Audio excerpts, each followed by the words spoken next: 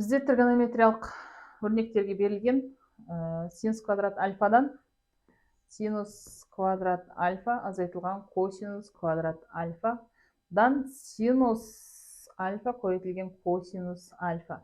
Бізде котангенстің мәнін беріп қойған. Онда котангенске түрлену үшін біз косинустың синусқа қатынасы котангенс болады. Яғни синус альфа көбейтілген косинус альфаны біз бөле аламыз синус квадрат альфаға. Синус квадрат альфаны синус квадрат альфаға бөлеміз.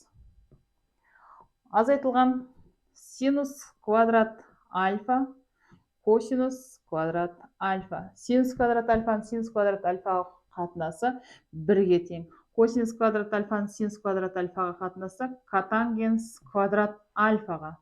Ал енді синус 2 дәрежесімен синус қысқарады. Косинустың синусқа қатынасы котангенс альфа болады. Бізде котангенстің мәні берілген. Олай болатын болса, 3-тен 4 котангенстің мәні 1 азайтылған 3-тен 4-тің 2 дәрежесі деп аламыз. 3-тен 4 деген еді. Ал енді 1 азайтылған 3-тің квадраты 9-ға тең, 4-тің квадраты 16-ға тең. 1-ге 9-дан береміз, 9-ға 1-ден береміз. Бөлшектің бөлімінде 9 болды, алымы 9-дан 16-ны азайтсақ, минус 7 болады. Ал енді 3-тен 4-ті сол күйі жазып қоямыз. Бөлшек амалы бөлу амалы екенін ұмытпаймыз. 3-тен 4 көбейтілген минус 9 бөлінген 7 болады. 9 мен 3 3-ке қысқарып 3-ке 1-ден 9-ға 3-тен береміз. Сонда минус 7-ден 12 болады.